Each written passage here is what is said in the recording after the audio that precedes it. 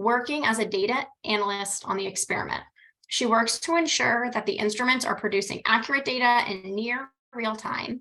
And she also spends time combing the data for new, interesting astrophysical science.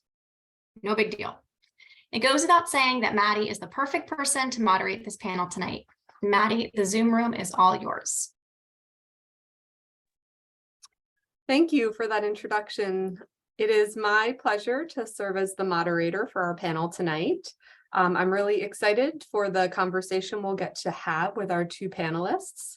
But first, I just want to go over a few logistics. So currently, you are all on mute, and you'll remain on mute to enhance the audio quality of the event. But we will be sure to save time at the end of the event to address any questions that folks listening in might have. And there are two ways you'll be able to ask questions. One, if you think of questions while the discussion is happening, you can send them to the Send Questions Here person on your chat feature. And then those will be revisited at the end of the session. Or at the end, when we open it up for questions, you can use the raise hand function at the bottom of your screen, and then you'll be unmuted to ask your question. I'd like to kick things off by introducing our panel. So I'll ask that each of our panelists please tell us a little bit about yourself and your path. First, we have Marty Baylor. Marty, would you like to kick us off? Sure. My name is Marty Baylor, although legally my name is Martha Elizabeth Baylor Reed, but somehow I've managed to get away with just using a nickname and my maiden name. I'm originally from Columbia, Maryland, and I graduated from Kenyon, class of '98. And I've had a very indirect path to get to where I am. So after I graduated, I spent 2 years teaching middle and high school physics and astronomy at the Murray School in Washington, D.C. And then once I decided to go to graduate school, I spent 2 years working at NASA Goddard Space Flight Center as an optical engineer, designing telescopes and optical test beds to sort of get ready for graduate school. I went to graduate school at the University of Colorado, Boulder, where I got my PhD in physics and specialized in optical signal processing. After I completed my time at Colorado, I wanted to take a year off, and so I spent part of that year teaching as a visiting professor at Carleton College. And then I spent some time just sort of recentering myself and recovering from the PhD before starting a 2-year postdoc in the electrical engineering department at the University of Colorado, collaborating with chemical engineers, working with light-sensitive plastics. And then after the postdoc, I acquired a permanent position at Carleton, where I am now a full professor of physics. I am chair of the department, at least for the next couple of months before I go on sabbatical. And my research focuses on developing and measuring polymers for fabricating integrated optofluidic devices. Thank you so much, Marty. Nia, next up we have Nia Imara. Nia, would you tell us a little bit about yourself? Yes, and thank you all for having me at this event today. So I guess I can start. I'm from the Bay Area in California, and I've always had a strong love for reading, and so Kenyon ended up being a really great place for that. Naturally, I knew pretty early on that I was interested in physics, and so I majored in physics and math while at Kenyon, and eventually graduated from there, went on to graduate school at UC Berkeley in astronomy. During my time at Kenyon, I also developed a real interest in the cosmos, in astronomy, and that's what I ended up going to graduate school for at UC Berkeley, so back in the Bay Area. And after graduate school, I went to Harvard, the Center for Astrophysics, to do my postdoc. And following that, I acquired a position at UC Santa Cruz, where I currently am on faculty in the astronomy department. The other big part of who I am is that I'm an artist as well. And so art has also been part of my journey during this entire time. Primarily a painter, an oil painter. And I really started to understand how important art was to me while at Kenyon. And I continue to paint and do other things that sort of are expressions of my creativity. Yeah, I think that's about it. Thank you so much, Nia. I'll jump into our first question for today. So I'll pose the question first to Marty, but then the same question will go to you, Nia. So Marty, why did you choose physics and why did you choose Kenyon? I didn't actually choose physics in the way that most people might think about that. I actually went to Kenyon intending to major in paleontology, but I didn't actually know that there wasn't a such thing as a paleontology major. But I applied to Kenyon and chose Kenyon because they spelled my name right. So as I mentioned, my first name is long, Martha Elizabeth, it's hyphenated. And so it didn't fit into the blanks, or at least my full name didn't fit into the blanks of the SAT. And so I got lots of mail for Martha Eli, Martha Eliza, and Martha Lizab. And my parents taught me from a young age that my name was important. And so I only applied to schools that spelled my name right. And so Kenyon was only one of 2 schools that spelled my name right. And so in addition to the financial aid, that's why I chose Kenyon. And so when I got to Kenyon and decided and learned that they didn't have a paleontology major, I figured, oh, well, I guess I'm good at math and physics. And so I'll double major, and then very quickly realized that math wasn't applied enough for my interests. My research is very close to engineering. So I consider myself a very, very applied physicist. And so I dropped the math major and decided to major in physics. While we're here, I figure I should also mention how I got into optics, because that's a special story and part of my journey. So I was taking microeconomics, and I really didn't like the class. I didn't like the professor. And so I went to the physics department and asked any professors that would listen. I'd like to do an independent study where physics destroys microeconomics. And so there was a visiting professor there at the time, and he said, I think I saw a nitrogen laser in the basement. Why don't we get that working and burn a hole through your econ book? And so I see that Paula Turner's on the call, and I don't know if she ever knew this, but we ended up starting a fire, and I just threw the economics book in the fire rather than burning a hole through it. And then we put the fire out. But that's how I got into optics, and really a sort of a fundamental experience for me in the physics department at Kenyon. That is a very entertaining story, Marty. Trying to imagine that. Thank you for sharing. And Nia, same question to you. I know you spoke a little bit to what drew you to Kenyon, but why physics? And if there's anything to elaborate on what drew you to Kenyon? Yeah, from very early on, I can remember being interested in the sort of big philosophical questions about life that I'm sure most of us have had during our life. How did we get here? Where are we going? How does humanity fit into this big picture of the cosmos? And in high school, I had a really wonderful physics teacher. I can remember the first day we saw a film about the nature of time. And right there, I was hooked, and I figured that physics was the best way to answer these big questions that I had. It always sort of struck my fancy that physics used to be called natural philosophy. And so I felt like this was actually the best way to answer those philosophical questions. And so I came into Kenyon knowing that I wanted to be a physics major.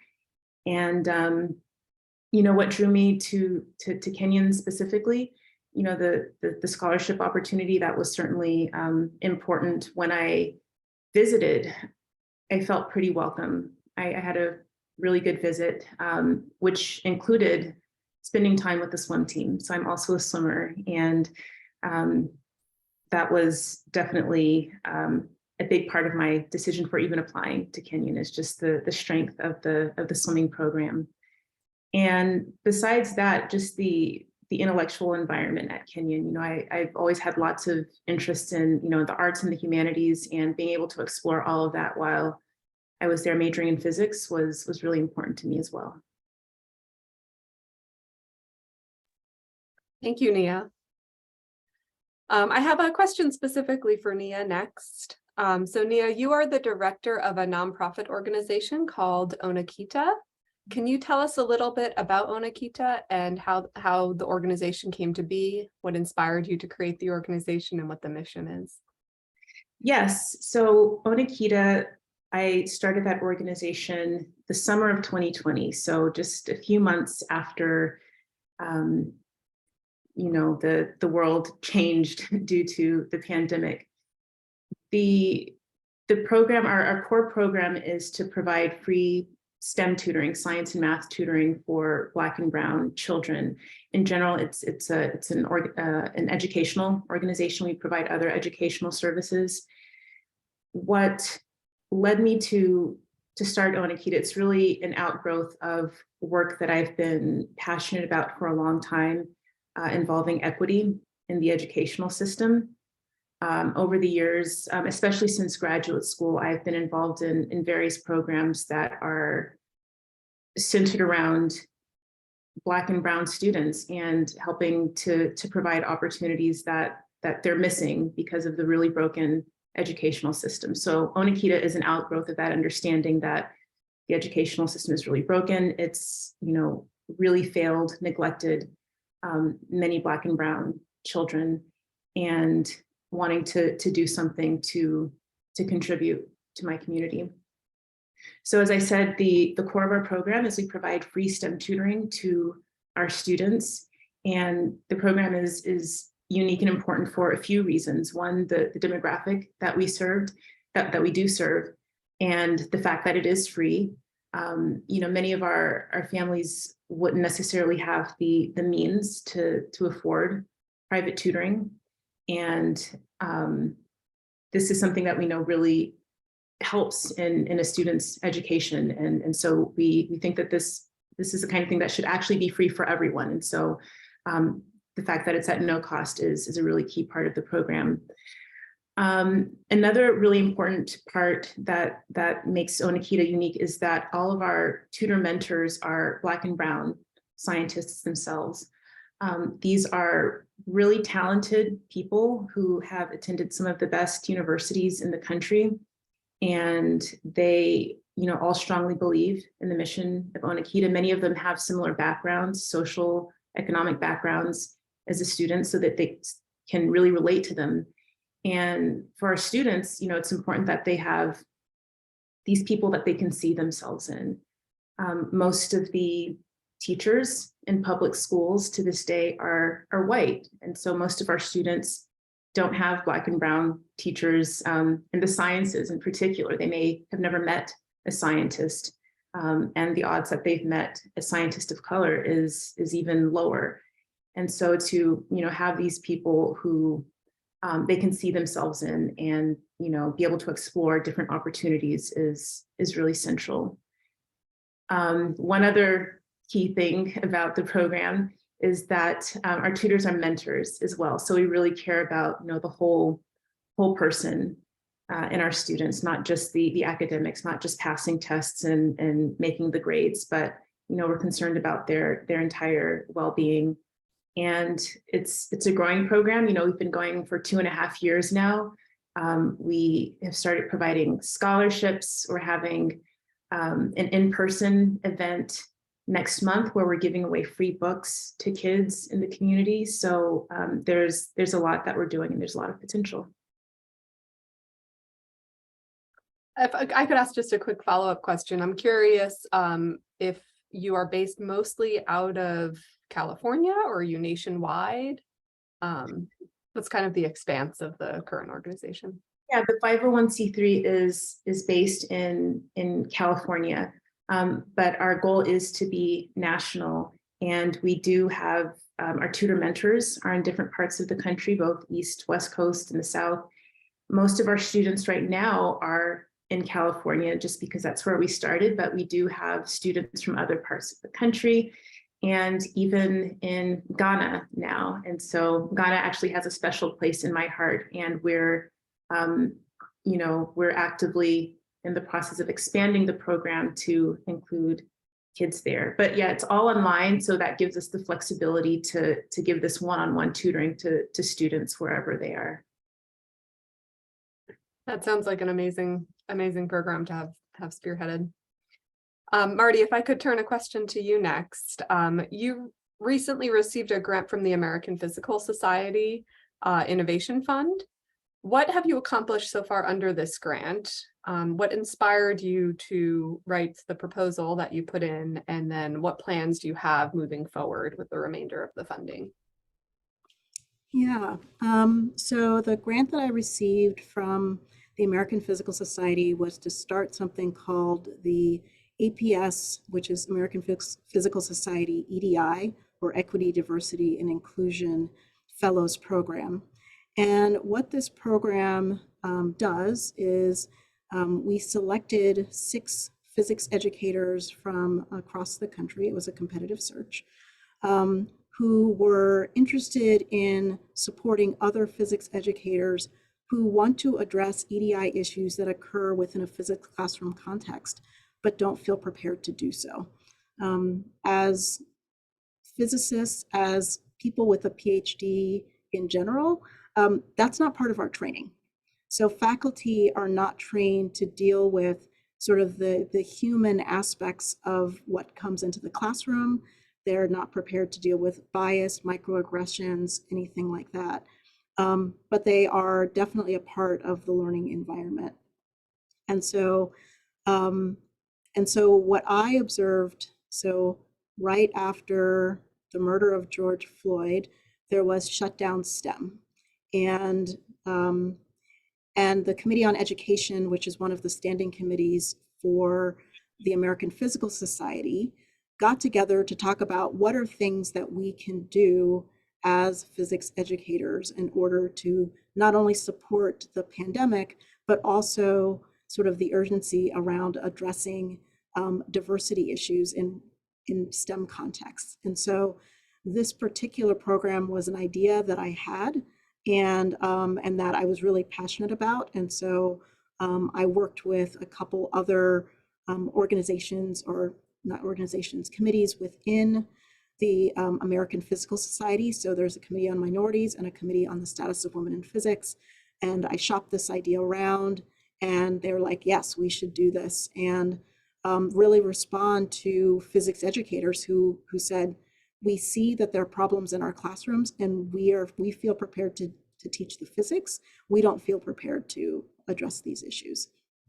So the first year of the grant was selecting the fellows, and then an important part of the grant is that part of the leadership team are 2 social scientists. They both have backgrounds in psychology, and one has a specialty in having critical conversations within a classroom context. So critical conversations are conversations that are thinking about and addressing power dynamics within a classroom context. And the other psychologist is not only a practicing psychologist of color, but she also does a lot of diversity training for faculty, specifically STEM faculty. And so those 2 women, along with myself and another, what I'll call senior physics educator, I wouldn't say we're that old, but we've been addressing EDI issues within our classroom context for a long time. We are both physicists of color. And so together we have been training the fellows, the 6 fellows, and also working with them to develop a 3-hour workshop that we can offer to the physics community. So right now we're in the last 7 or 8 months of the grant. And what we've been doing is we have been piloting this workshop to physics educators who, and also committees within APS that have a vested success in seeing this workshop be successful. The last thing that we want to do is release something to the community and not have it actually meet a need, or to not be effective and actually cause more harm and cause people to be more concerned. And so we've been running these pilot workshops, getting formative feedback, adjusting the workshop. And so each of the fellows does one. So over the course of this last year, the grant, we're running 6 of these workshops and iterating on that. So our grant ends this September. And so in the future, what we're hoping is that we will be able to offer this workshop more broadly. It's geared towards physics educators who already see a need for this work in a physics classroom context. It's not really designed to take physicists who say, oh, I don't see an issue, there's not a problem. It's not designed to convert people who don't see there's a problem. It's really designed to support people who see there's a need and want to engage with addressing that need in their own physics classrooms. Yeah, that's very interesting, very important work. Can certainly relate to the idea that you're not trained for what you encounter on the job. Okay, I'll move on to the next question. I was hoping each of you could tell us a little bit about your Kenyon experiences and how those have shaped your work and you as a scientist. So let's start with Nia for this. Sure. Just sort of touching back on what I was saying before about Kenyon providing the opportunity to explore, the humanities and the arts. That sort of ideal of liberal arts education has stayed with me. I really believe that what influences us and what inspires us as scientists or artists or whatever however we label ourselves, those influences come from all sorts of places. And I certainly feel that as a scientist, what's influenced and shaped my thinking in astronomy has many sources, including the humanities and the arts. And so, having that time at Kenyon to sort of cultivate that appreciation and that love for reading and writing and painting and all these things, that still shows up today. I would also say that the experience just reinforced some of the things that I value about education, what I think good education should be. And so the small class sizes, for instance, is something that I think is really important and was really formative to me. I feel like that should be the norm and not the exception. And I would just maybe conclude by saying, the friendships and other sort of, college experiences that I had there. I still really think fondly of them, and I enjoy going back to campus and seeing new generations of students and walking down Middle Path and all of that. Thank you, Nia. And I was wondering if you could comment, just because I think it'll be interesting to see the growth. What was the class sizes and the physics major size when you were at Kenyon? I may not have the numbers right. I think the largest class I was in was the freshman year class, which may have been 30 or less. This is a type of class that in, your larger universities, maybe several dozen, over 100 students. I've taught classes with close to 200 students. But past past freshman year, the classes were much smaller. So I think, a dozen might have been the most, but by junior and senior year, there were maybe six people in a quantum mechanics class, or the E&M class that I took with Paula. Thank you. And then Marty, I'll turn it to you. And if you could maybe also comment on class sizes you saw when you were there. So your Kenyon experiences, how they shaped you. Yeah, well, maybe I'll answer that question first. Otherwise, I'm sure I'm going to forget. Prior to my year and after my year, I think there were a couple of physics majors, and before and after, and my year was at the time huge. So there were 11 physics majors, and white men were in the minority. And there were 2 of us who were African American, and the other gentleman was male. So we had a very different class, and then, as I said, it went back down. And so my classes were relatively large, even after the intro class because of that. But I would say we were a very tight-knit group of folks. And so it didn't feel very big, even though I think my classes were more on the size of sort of 15 to 10 on a regular basis. Let's see. So then in terms of my Kenyon experiences, so I already mentioned the laser and the microeconomics book. But I think, that particular experience wouldn't have happened at a large research institution. And so having that opportunity to have close relationships with the faculty members and for them to care about me as a student was really important. I think some of the other experiences that were important to me and how that shaped me as a scientist were I took a political science class on education reform, and that really sort of opened my eyes to how education is different across the country and why there's a need to reform our educational system. And I think that at the time, I wasn't planning on becoming a professor or even getting a PhD, but I think that sort of started my mind thinking about education and led to me doing a summer research program at the University of Washington in physics education research. I don't think that I would have pursued doing that if I hadn't had this political science course on education more broadly. I think also, so I studied abroad while I was at Kenyon. I studied in China, and actually I have more undergraduate credits in Chinese than I have in physics. And my experiences in China and being immersed in a different culture have greatly shaped everything about who I am. I had the opportunity to work for a laser company while I was in grad school as part of an internship. And I've had an opportunity to visit China several times. And so being able to see what science was like in China and to decide whether or not I actually wanted to do science in China long term, that wouldn't have happened if I hadn't studied abroad at Kenyon.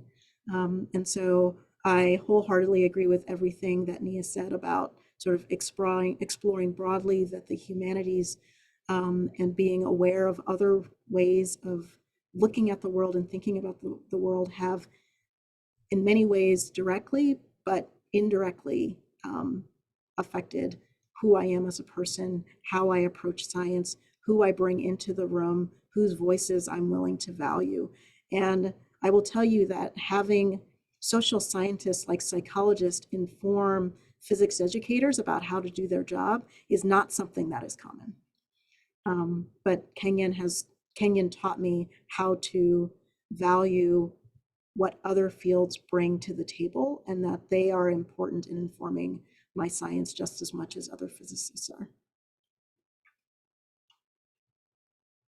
Great. Thank you for sharing, Marty. I guess we can, so Paula will certainly know all the numbers, but I can say we currently, yeah, our size is a little bigger. I'd say average around 15 majors, 15 seniors. We graduate a year now. And depending on the year, I think your year was still an anomaly, Marty, but we have maybe close to 50% women, maybe. Still certainly in the minority most of the time, but the faculty has also changed. We actually now have 2 females on the faculty, which was not the case when you were there. Okay, so I want to move on to our next question. Nia, I'll start with you. You are a well-known astrophysicist with a focus on star formation. Stars in the night sky are commonly admired by all. You don't need to have a degree in astrophysics to look up the night sky and feel in awe. So how do you use your professional career as an astrophysicist to connect you to the larger community? And in particular, how do you connect to communities that are maybe historically underserved in STEM? Well, the first part of the question, astronomy sort of does it for you, does the heavy lifting. You know, like you said, people are very curious. And so, you know, usually I just tell folks I'm an astronomer when we're meeting. And, you know, people have questions and just the natural curiosity about the sky and what's out there. And, you know, I get the question, do I think we're alone all the time? And so just lots of interesting discussions get raised just by virtue of the fact that people see this way to connect. I love doing outreach. You know, I've given a number of presentations, public presentations, and you know, discussions, panels, workshops, working with youth and just a variety of ages and people from different backgrounds. That's something that I really love to do. And I started to do that intentionally, I would say, when I was in graduate school. In particular, when I was in graduate school, it really became important to me to start educating myself about how non-European folks have done science in this world. Not just today, but throughout history. You know, the way that we do science today is pretty young, you know, and so I developed this curiosity when I was in grad school to learn about the history of you know, how African people have done science, how Indigenous people from this country have done science. And I would later bring that to the communities that I interact with, you know, so whether it's talking to a classroom or whether it's teaching my own students, these are elements that I bring in to my teaching just to show that astronomy, which is often considered the oldest science, and science generally is the heritage of all people. And so I'm really intentional about, you know, talking about the contributions of folks before the Greeks and even after the Greeks who are, you know, Black and brown. And so that's really one of the main ways that I connect is to bring that history, but also just being really intentional about the communities that I try to interact with. So Onakita is one example of that.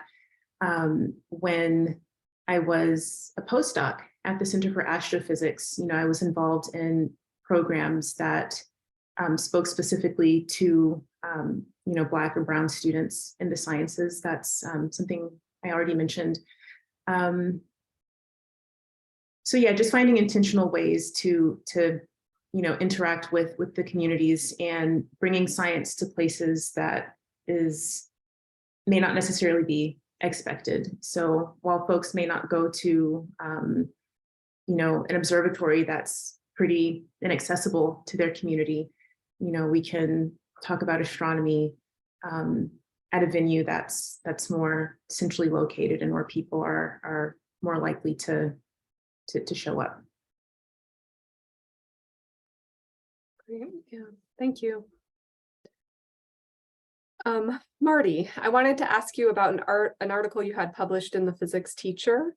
The focus of the article was on diversity, equity, and inclusion in the physics curriculum. So I know you spoke to your grant, which is making an effort to equip faculty with the tools to address issues like microaggressions in their classroom. But what can you tell us curricularly, what you've learned about how to help underrepresented groups in STEM and physics feel like they belong? Yeah, I definitely feel like my work tries to approach this from both ends.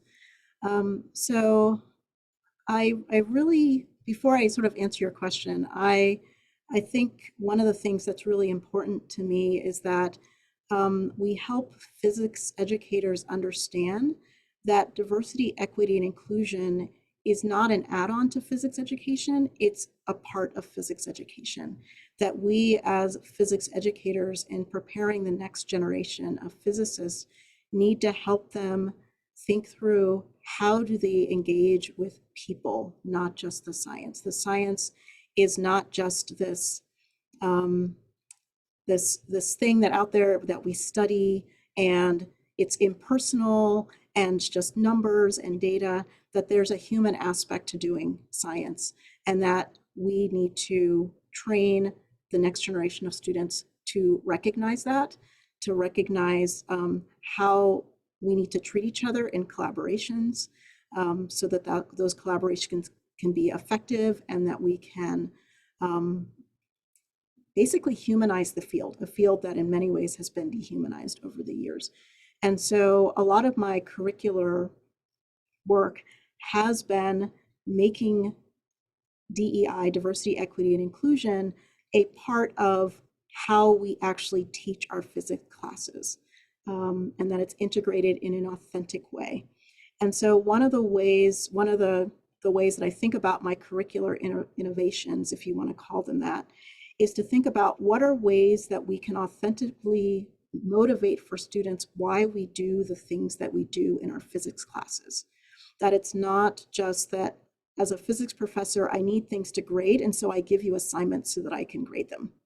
That there's actually a purpose, and that purpose is to help you develop physics habits of mind, and to develop skills. And so student approaches that focus on efficiency. So let me assign the woman to be the note taker because women take better notes, right? That is defeating my pedagogical goal of helping students learn how to record their work, or assigning somebody a role because of, oh, you're Asian, so you must be good at math. So therefore I'll have you do the number crunching in our lab group. Like, that's not what I want. Okay, and so developing things like lab roles where there's a notebook meister, an apparatus meister, and an analysis meister, and having students specifically train the skills that I want them to train and to rotate those roles over the course of the term as a way to intentionally build skills and prevent students from using their own unconscious biases to impact the learning that I'm trying to facilitate.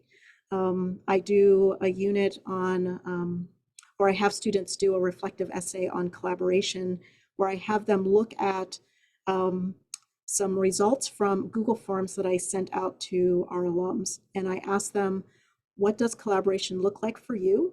What is it that you love about collaborations, and what are the challenges about collaboration?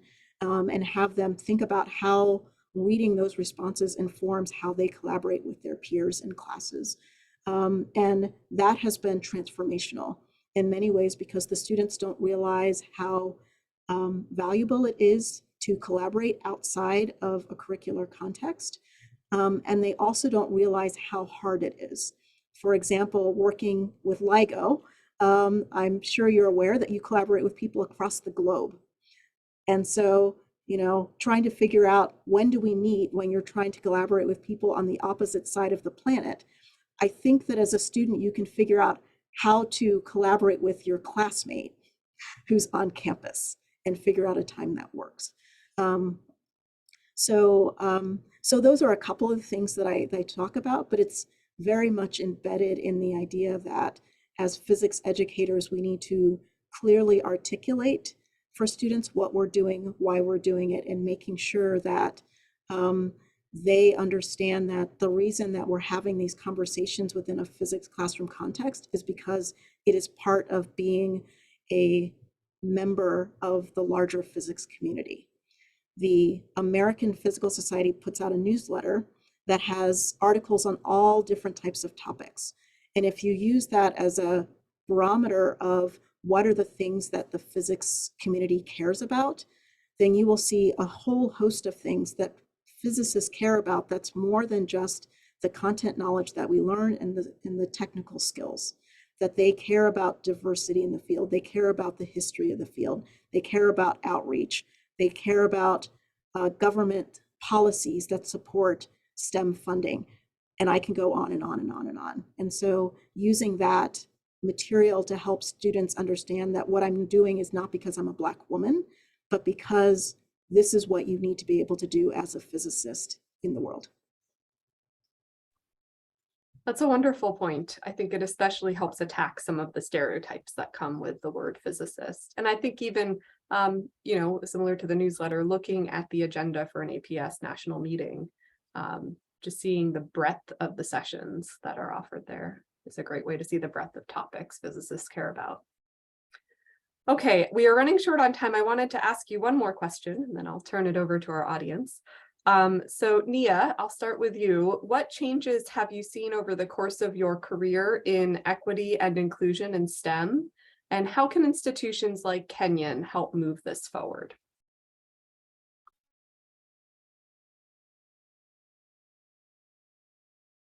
To be honest, I guess I haven't yet seen the changes that I would like to see more of. I don't know if it's a matter of just being exposed to more people or if it's reflective of an actual, you know, qualitative difference. But it seems that there are, maybe there are more people, you know, in the astronomy community, certainly who are not who care about these, you know, issues of equity and justice in education, but who are maybe more vocal and actively involved in trying to make a difference. And so that's something that that seems promising to me. How can Kenyon be part of these efforts? I think any university, if there's, or you know, any institution, it's just a matter of choice and of will. You know, if increasing the number of women faculty members is important, there's, you know, there are plenty of solutions to make that happen. If the goal is to increase the number of Black faculty in your science departments or any other departments, it's really not rocket science. And, you know, some of the excuses that we hear where, well, there's, you know, lack of qualified candidates, those things aren't true. So for me, I don't have any brilliant new solutions that haven't already been posed time and time again. It's just, to me, I think that there needs to be, you know, the question is, what is the quality of your commitment to make a change?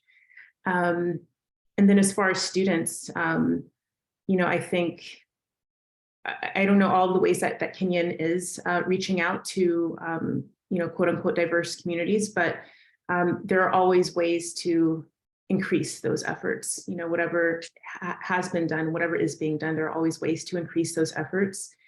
And certainly listening to the students on campus, you know, the Black and brown students to the women students. The students I've always found at different institutions are very clear about what their needs are and what would help to make a more equitable environment. And so I think providing more forums where students are not just heard, but really listened to is an important way to make change. Thank you, Nia. I think we should open it up to questions from the audience.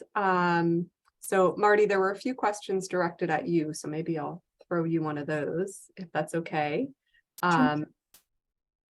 So one question that was directed at Marty, how how, and I was wondering this too, so how will some of the important work that you're doing through workshops and training fellows continue after your grant ends? So the leadership team is planning to apply for add-on funding. And so we're in the process of looking at how to do that. But in the meantime, we have these 6 educators who have a workshop, and they are welcome to disseminate those workshops at their own institutions, wherever they are locally, or departments can sort of, say, hey, we'll bring you here, we'll pay for your travel, and give you, some, a nominal fee to offer the workshop at their institution. So we'd like to be able to have add-on funding so that if institutions don't have that ability to pay, that they can still participate. And then we're also interested in thinking about an online learning community, because a 3-hour workshop is not nearly enough to actually prepare people, physicists or otherwise, to be skilled at addressing these sorts of critical conversations within a classroom context. We can only just sort of dip the toe in the water, and so thinking about future workshops and things like that. But hopefully within, I would say, a year and a half, I hope that we would be able to have funding that we could offer this workshop more robustly after the grant ends. Great, thank you. I'll just remind folks that if you have questions, feel free to submit those to the send questions here chat, or use the raise hand function. There was another question from the audience that did come in through the chat. I'm wondering if you have any thoughts and or perspectives as faculty members towards current movements against implementing DEI-based frameworks in higher education. Are you seeing and hearing concerns from students and fellow colleagues? I should direct that at someone. Nia, why don't we start with you? I'm unclear about the question. Are we talking about like the Supreme Court decision that's being considered to end affirmative action? I'm not sure exactly what the question is getting at. That was my impression as well from the reading, but if someone wants to clarify, do feel free to do so. Maybe you could speak to that. And so the question is, what are my thoughts about that? What are our thoughts about that? It looks like Sasha has a hand raised. Yeah, Sasha. Hi, I'm Sasha Fanny Holston, class of 2011. I also work in the Office of Diversity, Equity, and Inclusion at Kenyon, and I was the author of that question.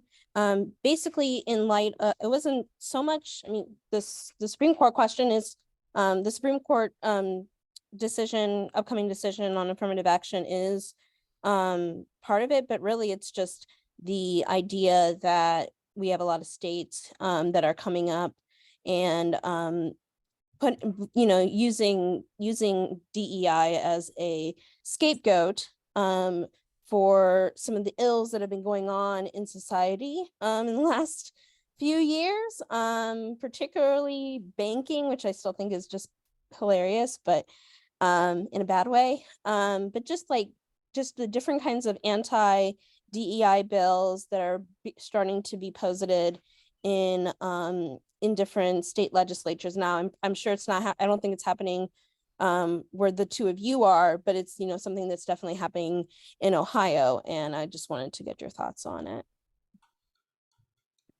Yeah, thank you for clarifying. I can think of at least one colleague who's a faculty member in another state who is dealing with some of these issues that are directly impacting her ability to help foster equity in her astronomy department. What do I think about this? I think this is sort of the norm, the sort of thing that we can expect when we look at the history of various social and political movements in this country. There's always this constant, there's going to be this pushback when you have folks who are trying to make a difference in the direction of justice and who are doing anti-racist work or who are doing work, involving the liberation of women and gender minorities. So for me, this is sort of par for the course. And that's why I think it's important to, while we are, working within our systems, within our universities, trying to improve things, also working from the outside, and having programs and sort of building connections and communities outside of these systems that are inevitably going to receive this sort of pushback. And I think that this pressure from the outside can influence some of the things that are happening in the university. I think that's sort of another lesson from history, is that this sort of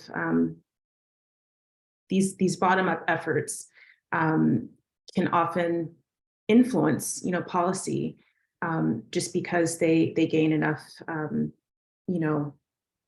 acceptance and political traction among the, the common folks. Yeah, thank you for that response and those insights, Nia. Before we close for the night, we are nearing the end of the hour, so I'd like to turn things over to Anna to conclude our event for this evening with some closing remarks. Maddie, can I do one quick thing? Oh, yes, please do. The last official question that you asked about what Kenyon can do, and I agree that with everything that Nia said. I think what I would add is that a lot of effort has gone into try to changing the minds of people who are against this type of work.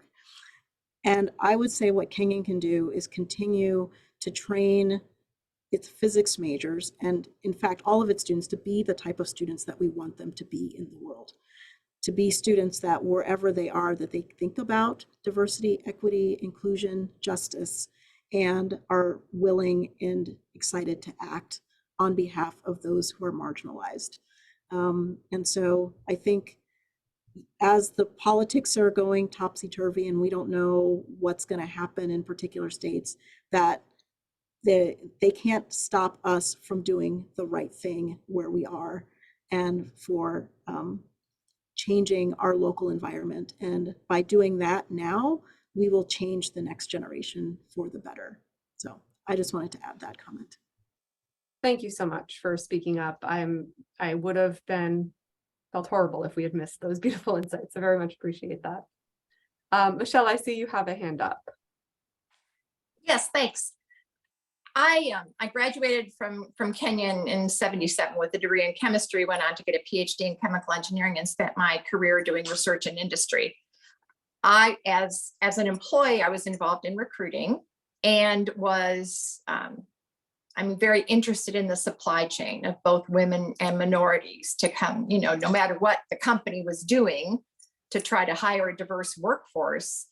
It was difficult because what is still coming out of universities, it's fascinating to me. I just pulled up the American Physical Society chart on women in various disciplines, and it kind of, in engineering and physics, it kind of popped up to 20% around 1990 and has stayed flat since then.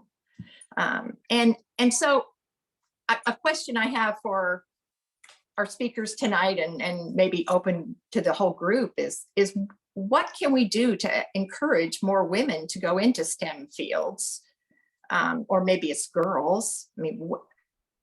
It seems like we've stagnated a lot, and I fully agree with the things we've talked about tonight. Equipping faculty to make the classroom a fair environment and mentoring people everyone to succeed is really important. But is there more we could do? What else might we be able to do? I think I'm just going to jump in. I think that the interest is there. We beat it. Number one, we beat it out of students with our educational system. And then I think about my journey and what happened, and the number of points that I can say I was discouraged from going into science. That's still happening. I talk to my students and their experiences going through. It's a hostile environment. And unless you have a strong enough support system to make it through, or you're like I was and completely oblivious to what was happening to you at the time, why would you persist? Why would you stay? And so that's why my work on belonging and changing students and how they approach the work, it's not just to make the classroom nicer, it's to create a community that people want to be in and stay in and get a job in. So that's my answer to that question. Piggybacking off of Marty, I would say we can do more at supporting the people who are already doing the work. You know, Marty is obviously doing the work. There are women who are doing the work, but often having to scramble for resources to do that work, or they're doing it, you know, for free without any expectation of compensation. I think there's so much invisible labor that is already being led by women and people of color in the field. And I think if we just supported their work a little more, you know, that would multiply.